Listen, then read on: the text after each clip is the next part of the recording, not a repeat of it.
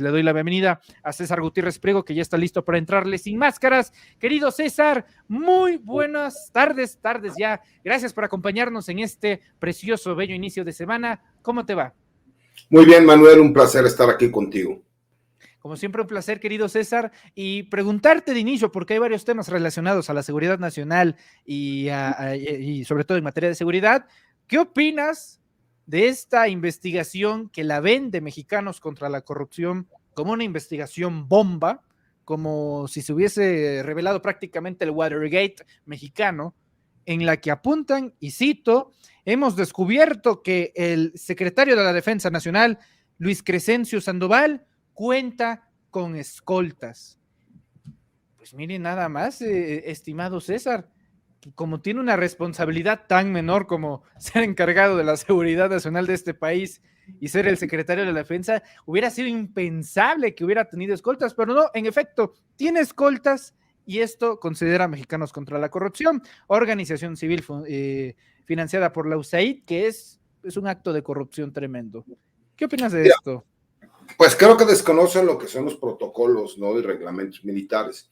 Recordemos que se asigna una partida exactamente para los viajes que pueda realizar el secretario de la Defensa Nacional. Leí la nota, por supuesto, y también el hecho de que se maneje que el secretario de la Defensa Nacional utiliza los aviones del ejército para trasladarse. Bueno, pues para eso están muchos de estos aviones, para que incluso el titular de la Secretaría de la Defensa Nacional y lo que es la plana mayor de la Secretaría de la Defensa, cuando realizan trabajo, ¿no? Institucional, pues utilizan este tipo de aviones. Creo que ellos hacen mucho énfasis en una supuesta información que obtienen por medio de Guacamaya Leaks. La cuestión viene aquí, y es lo que me llama poderosamente la atención.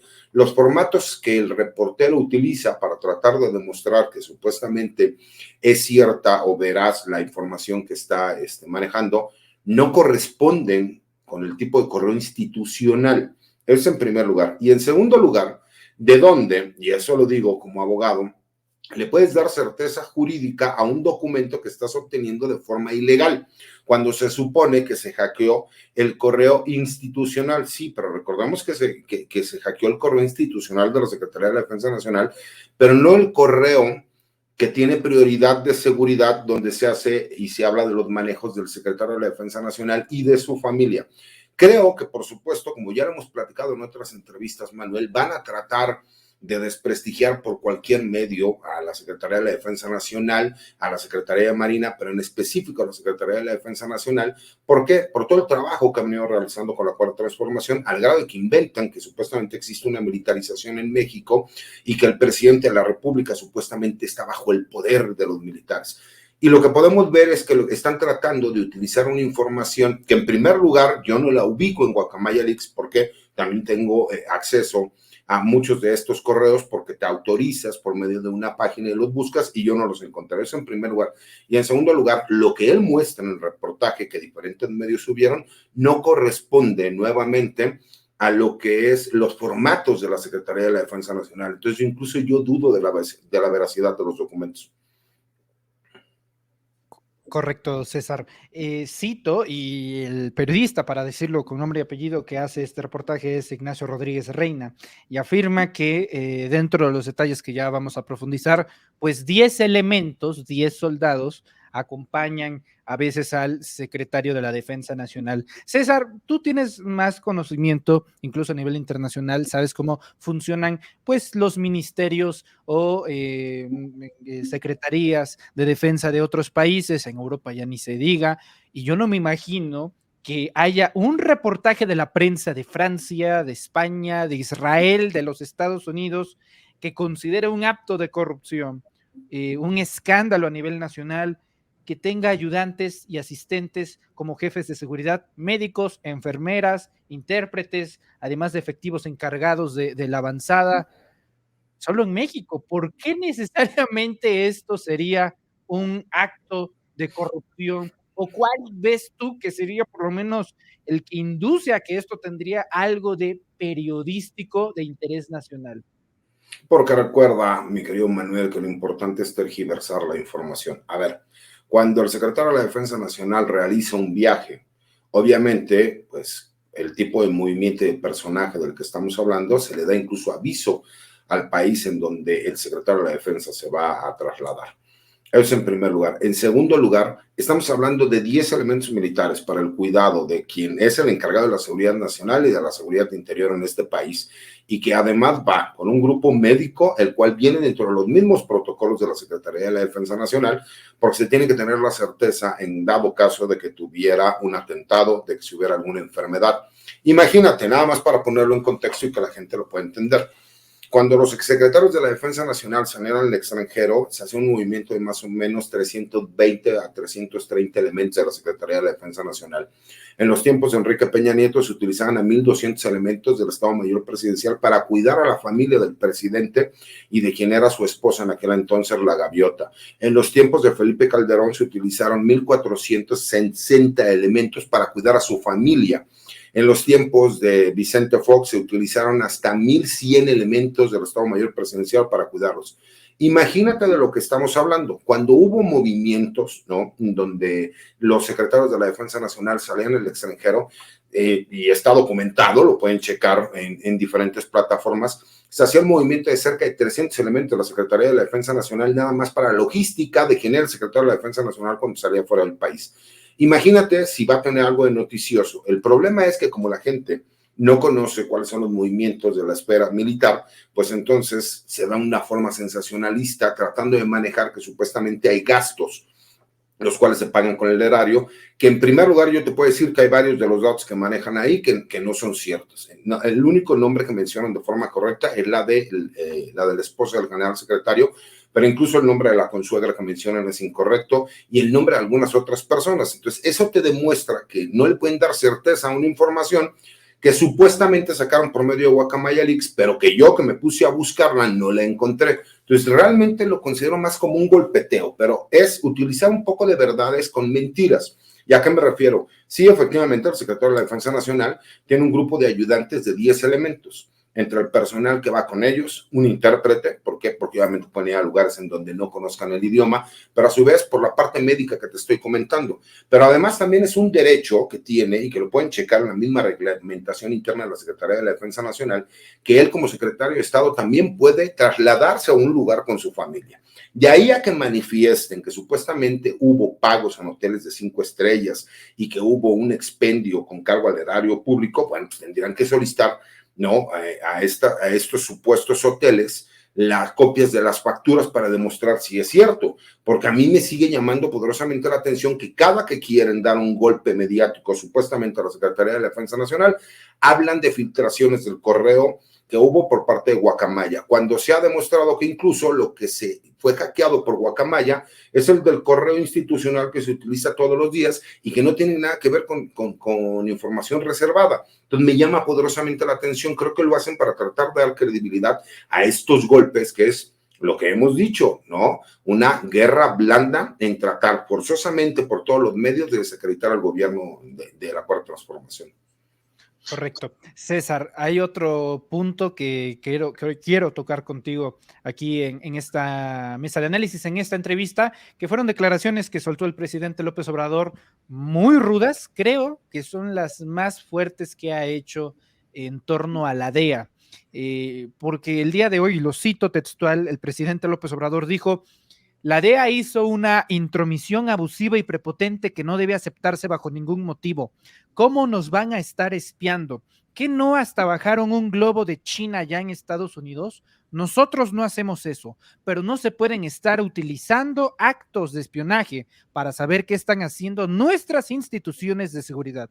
Al ser cuestionado sobre si el operativo de la DEA se realizó sin el conocimiento del gobierno mexicano, el mandatario mexicano contestó: sí, seguramente.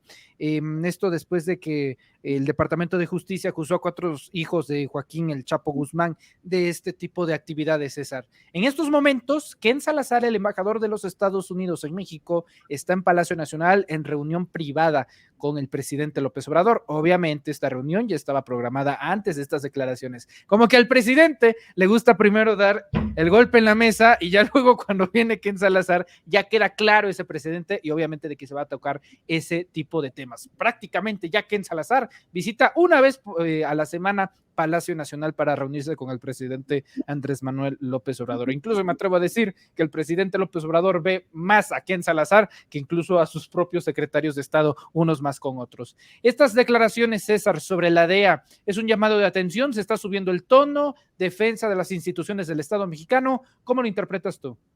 Claro, mira, lo que pasa es que tiene que ver con esta famosa ley de intervencionismo que tienen los Estados Unidos. Y va en el sentido de que en México, para tú poder realizar escuchas telefónicas, necesitas forzosamente la autorización de un juez federal para que sean legal.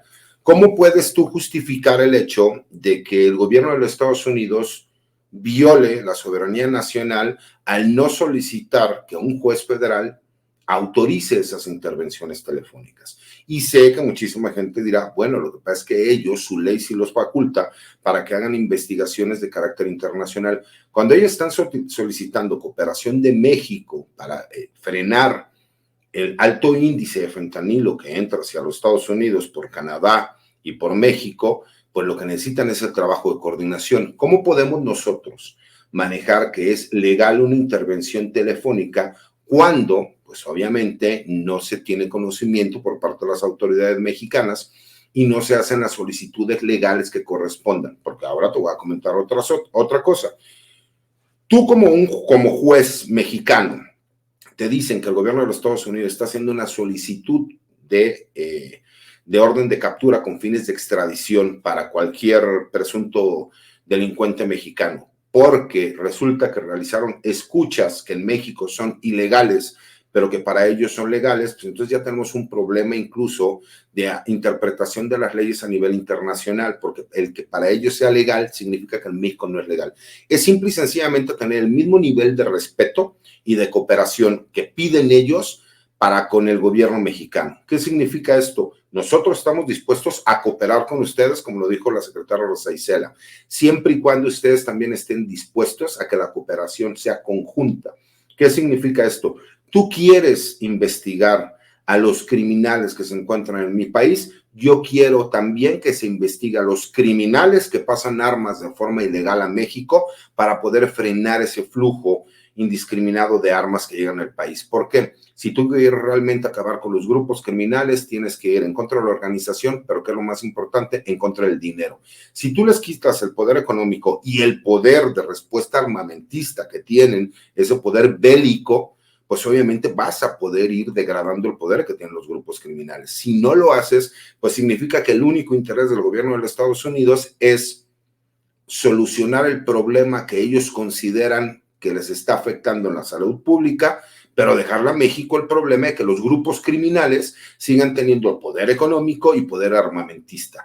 Eso lo único que hace es no solucionar un problema, sino crear un problema todavía mayor en México que no soluciona ni siquiera el problema de ellos, porque mientras sigue existiendo ese alto índice de consumo de drogas en los Estados Unidos, no importa lo que nosotros hagamos, si los grupos criminales siguen teniendo tanto poder económico para manejar corrupción en México y en Estados Unidos, y el poder bélico para darle respuesta a las Fuerzas Armadas en nuestro país y a la Guardia Nacional. ¿No podríamos considerar esto también como una especie de respuesta cuando llega el presidente López Obrador y literalmente regula como nunca antes la entrada y salida de agentes de la DEA y de otras instituciones de los Estados Unidos a nuestro país? Porque ahora, pues como ya no hay permisos, como ya no está permitido tanto ese movimiento territorial en nuestro país de organizaciones e instituciones de inteligencia extranjera, pues ahora, sí, pues no hay permiso, pues tal cual, yo soy San Pedro, paso aquí como si fuese mi casa, y si les gusta bien, y si no también, total, ¿qué van a hacer? Pues es una provocación también a la soberanía del país, César, y ahí ya están jugando, pues no con fuego, pero sí eleva de manera por lo menos preocupante la interlocución en materia de relaciones de seguridad con los Estados Unidos. Pero por supuesto, mira, es la primera vez, Manuel, que yo escucho un acuerdo como el que llegaron en últimos días, ahora que fue la Comisión Mexicana de Seguridad hacia los Estados Unidos. Con este famoso operativo Relámpago, que escuché que se va a crear un grupo binacional en donde van a estar en ambas fronteras, en México y en los Estados Unidos, para atacar el tráfico legal de fentanilo que cruce hacia los Estados Unidos y a su vez de los Estados Unidos hacia México el tráfico legal de armas de fuego. Es la primera vez que yo escucho que existe ese grado de cooperación y de igualdad entre las instituciones. Pero ¿qué pasa cuando te enteras que la DEA, ¿no? La Drugs Enforcement, por siglas en inglés, está investigando de forma ilegal, ¿no? Autoridades mexicanas y a un grupo de criminales? Lo igual se podría hacer con las solicitudes formales que se realizaran y que fuera autorizado, entonces sí, por un juez federal en intervención de comunicaciones. Y entonces ya lo estaríamos haciendo de forma legal y de forma conjunta. Pero si entonces no hay, porque aquí ya no estamos hablando de que exista confianza por parte de la DEA o no. Aquí lo que hay es que más bien hay una desconfianza por parte del gobierno mexicano por la situación que pasó con el general Cienfuegos respecto a lo que sucedió con la DEA, donde supuestamente utilizaron grabaciones a un grupo de criminales y terminaron imputando a un exsecretario de la Defensa Nacional de tener una relación vinculante con este grupo de criminales. Y que nunca sabremos si hubiera sido juzgado en los Estados Unidos cuál hubiera sido el resultado. Por lo menos cuando lo mandaron a México y vimos cuáles eran las investigaciones, pues la verdad es que aquí no alcanzaba ni para una amonestación pública. Y como no sabremos si eran todas las pruebas, eso es lo que trata de evitar el gobierno mexicano. Si tú quieres realmente cooperar conmigo, yo no tengo ningún problema, nada más que tienes que respetar las leyes y reglamentos mexicanos. Si tú esas investigaciones que estás realizando respecto a esa intercepción de comunicaciones las quieres hacer valer en México son nulas. ¿Por qué? Porque no fueron autorizadas por el Poder Judicial. Si de por sí tenemos el problema de que en México están señalando que la Secretaría de la Defensa Nacional supuestamente está haciendo investigaciones ilegales contra presuntos criminales o contra criminales que se hacen pasar como defensores de derechos humanos, ahora imagínate por qué no se molestan igual cuando una agencia internacional de los Estados Unidos del combate a las drogas hace lo mismo con funcionarios, con posibles narcotraficantes, etcétera, etcétera, etcétera. Creo que ahí es donde tenemos una moral selectiva dependiendo a lo que nos interesa. Y vemos que está tan politizado el tema de la seguridad y más porque vienen elecciones este año y el próximo año vienen elecciones para la presidencia de la República, pues que todo va a tratar de ser sacar un tema en donde convenga, ¿no? Ya sea al gobierno federal o a los opositores de acuerdo a la agenda que quieran manejar, cuando la realidad es que deberían de estar igual de molestos por cómo un país extranjero, por medio de una agencia, hace grabaciones ilegales en el país de un supuesto grupo de narcotraficantes o de un supuesto grupo de empresarios o de autoridades, etcétera, etcétera, etcétera. Porque podrían haber hecho lo mismo en conjunto con las autoridades mexicanas y entonces sí decir, en un trabajo coordinado pudimos hacer esto, pudimos hacer lo otro y estos son los resultados. Ahora, César, sobre el posicionamiento del Departamento de Justicia de los Estados Unidos, en donde acusaba a 29 personas físicas y morales, algunas empresas chinas, pero en concreto también a 4 hijos de Joaquín Guzmán Loera. Obviamente, el que más destaca de esa lista es Ovidio Guzmán. Ovidio Guzmán, y esto sucedió el viernes. Yo tengo la información, tú me dirás si fue así o no, pero resulta ser que el mismo día que el Departamento de Justicia lanza este comunicado, hay una riña en el penal del Altiplano, en donde presuntamente habría salido lesionado Ovidio Guzmán y un segundo personaje que lideraba parte del cártel de Tijuana. ¿Qué pasa con este tipo de coincidencias? Porque luego sí hace mucho ruido, incluso había información de que en el hospital de Toluca, Adolfo López Mateos, se encontraban elementos militares afuera del hospital, resguardando para que no pasara ningún tipo de situación extraordinaria. ¿Cómo ves tú esta situación? ¿Debe de llamar la atención? ¿Son coincidencias? ¿Son pormenores? Porque luego pues, los que muchos terminan asumiendo que pues podría tratarse incluso de un intento, de un atentado, de un intento de asesinato, César. Mira, la verdad es que yo vi la noticia, pero no pude confirmar la información. Por lo mismo, cuando no tengo la oportunidad de confirmarla, prefiero omitirla o no hacer comentarios. Sí se mencionó mucho, ¿no? Incluso platiqué con algunos conocidos y amigos que se encuentran en diferentes puestos, tanto estatales como federales de seguridad pública, y me decían que ellos no tenían confirmada la información. Pero queda claro una cosa, de que no existen las coincidencias y más en materia penal, realmente no existen. Y recordemos que aparte de que se dé el anuncio, ya se hace de forma se hace formal la solicitud de extradición en específico de este personaje. Entonces, creo, ¿no?, que estamos hablando de un negocio que la gente muchas veces no ubica, pero que es un negocio multimillonario, Manuel, que deja más de 12,000 millones de dólares al año. ¿Cuál es la grave problemática que tenemos? Y ha sido muy claro, ¿no?, para que la gente no confunda. El fentanilo que se utiliza para drogarse es distinto al fentanilo que se utiliza para cuestiones de carácter médico.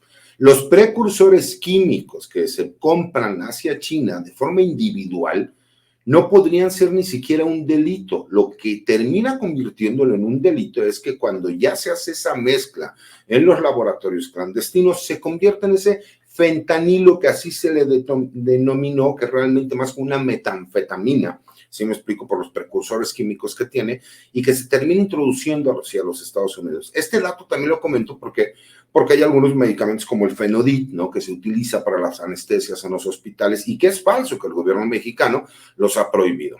Esto tiene que ver con esta campaña que traen, ¿no?, para hacer ese tipo de manejos. Te digo, no pude confirmar yo la noticia, por lo mismo no me gusta opinar mucho cuando no puedo confirmar una noticia, pero de que queda claro que estamos hablando de una persona que tiene, pues, conocimiento y importancia dentro del cártel, lo es. Aunque recordemos que también Iván Archibaldo es el que es señalado como el líder de este grupo, no menor del cártel del Pacífico, cártel de Sinaloa, conocido en México, que es realmente el líder de esta facción que opera y que maneja mucho de estos precursores químicos para ingresarlos hacia los Estados Unidos. La pregunta también sería, Manuel, qué casualidad que solamente se tiene control de los grupos de narcotraficantes mexicanos que llegan a la frontera de los Estados Unidos para cruzar el fentanilo hacia el país del norte.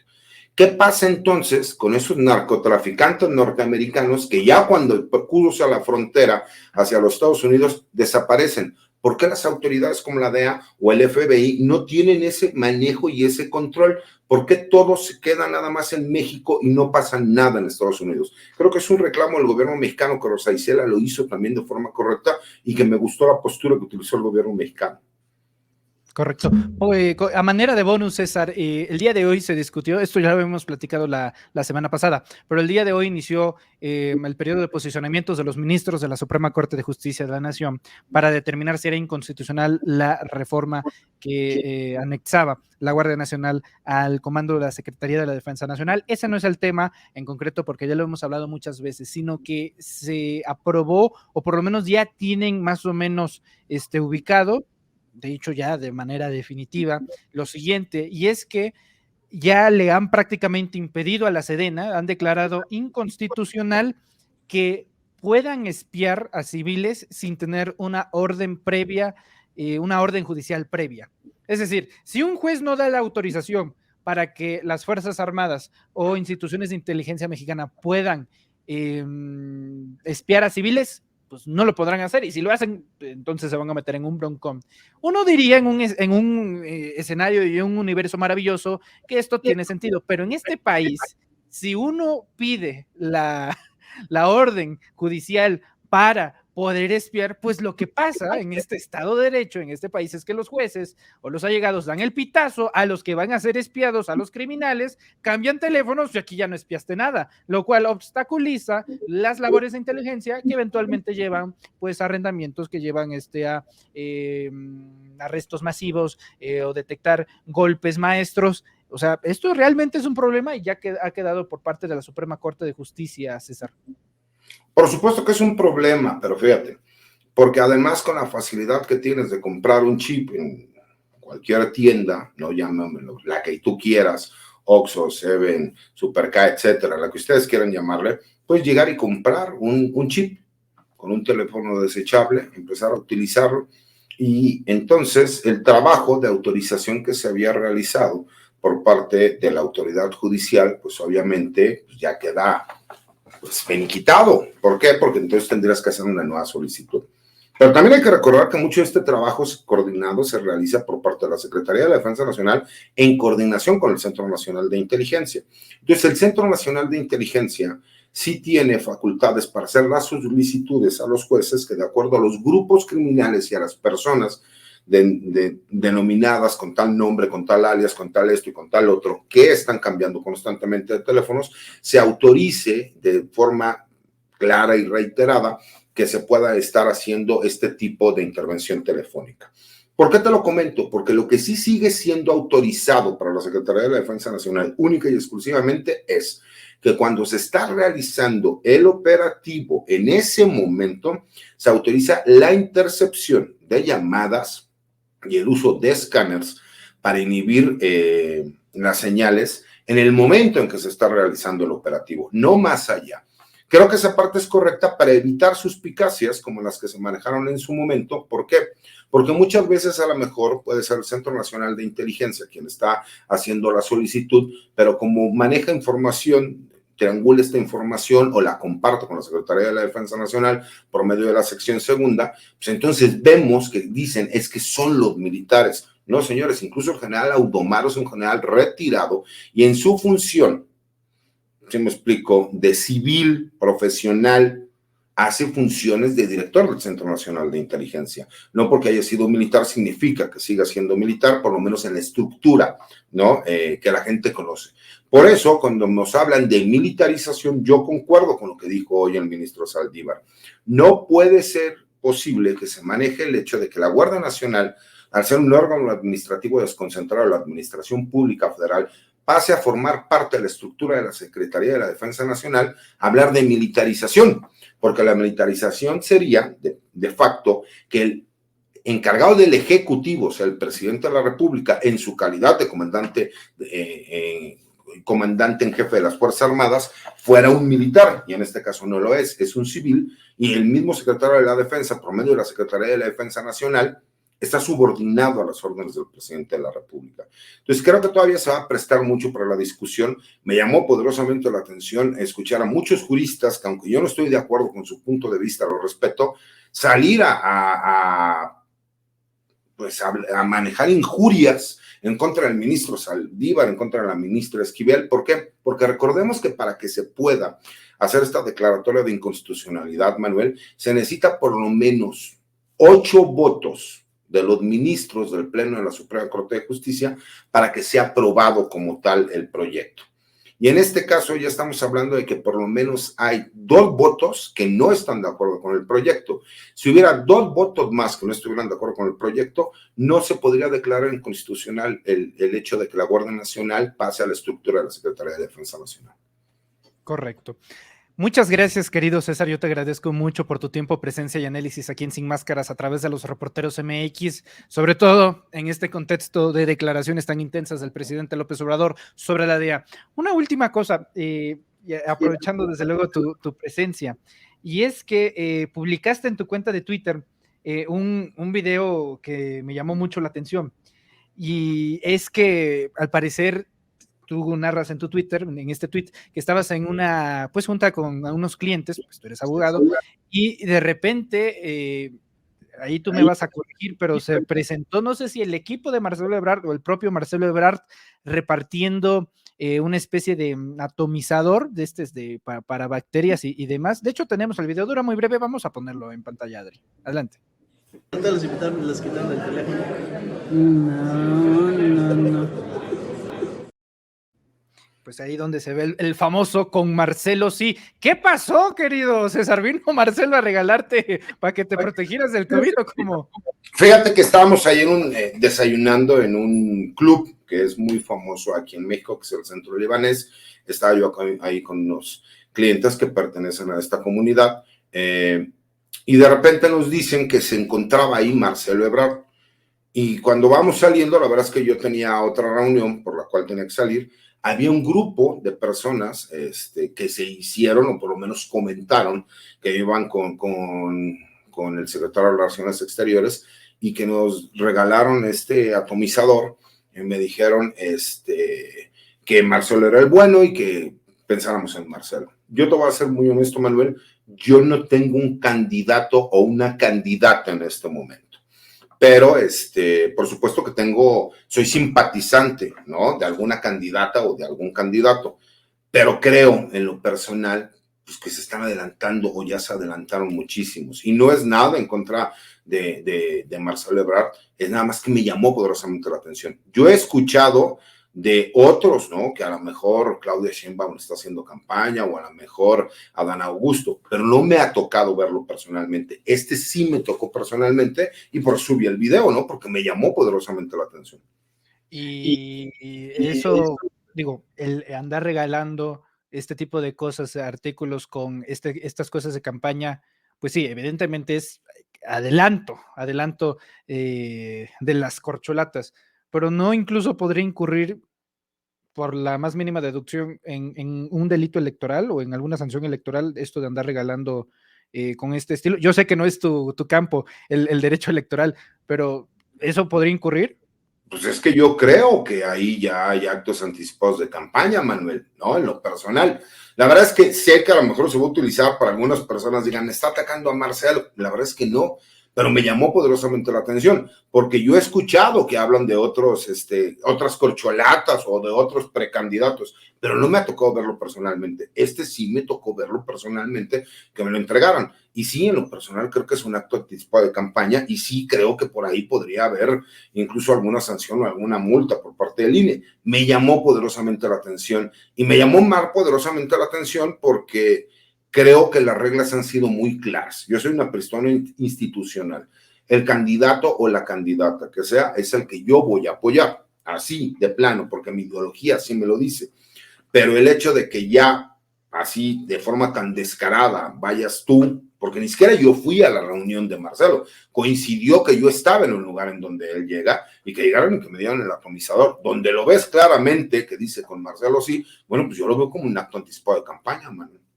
Híjole, pues ni hablar, por lo menos a matar las bacterias neoliberales con ese atomizador del bienestar, aunque sea para que rinda el suceso, este acontecimiento. Querido César, te agradezco mucho. Y habrá tiempo de platicar sobre qué piensas de Ricardo Ferretti ya en esta nueva etapa del Cruz Azul, pero eso será para otra ocasión, mi querido. Te voy a ser muy honesto, Manuel. Mira, dicen que en esta vida hay que ser hombre y no payaso. Y yo le voy a seguir yendo al Cruz Azul toda mi vida. No fui al estadio como tal porque yo lo he manifestado abiertamente que mientras el Cata Domínguez siga estando en Cruz Azul, no pienso ir a ver un partido de Cruz Azul ni ir al estadio. Voy a seguir apoyando a mi equipo con todo, pero la verdad es que fue muy superior el América con nosotros. Creo que Ricardo Ferretti es un gran técnico, pero después de la expulsión ya no hubo oportunidad de competir. Nos ganaron bien, ni modo, he tenido que aguantar el bullying sabroso, pero bueno, pues así es esto, ¿no? No pasa absolutamente nada, fueron mejor que nosotros. Eso sí, que el América cuando sea campeón, entonces sí se burlen y me digan algo. ¿Por qué? Porque les recuerdo que por lo menos el Cruz Azul hace menos fue campeón que el América. No, bueno, un amigo en común, que no vamos a decir su nombre para no quemar a nuestro querido Vicente Serrano, debe de estar insoportable en estos momentos como buen americanista. Bueno, pues ahí está. Sí. Nadie es perfecto, mi querido César. Pues ahí está la información. Un fuerte abrazo, mi querido Vicente. César, te agradezco mucho tu tiempo y presencia. ¿En dónde te podemos encontrar en redes sociales? Claro que sí, Manuel. Mira, mi Twitter es @CésarGutiPrim, es la red social que más utilizo. Mi canal de YouTube es César Gutiérrez Priego. Escribo todos los martes una columna de opinión en La Silla Rota, hago una videocolumna para el blog de información militar y seguridad nacional Campo Marte, y pues obviamente aquí contigo cuando nos dan la oportunidad. César, un fuerte abrazo, cuídate mucho y estamos en contacto, como siempre, gracias. Al contrario, un abrazo, otro de vuelta, mi querido Manuel. Es el abogado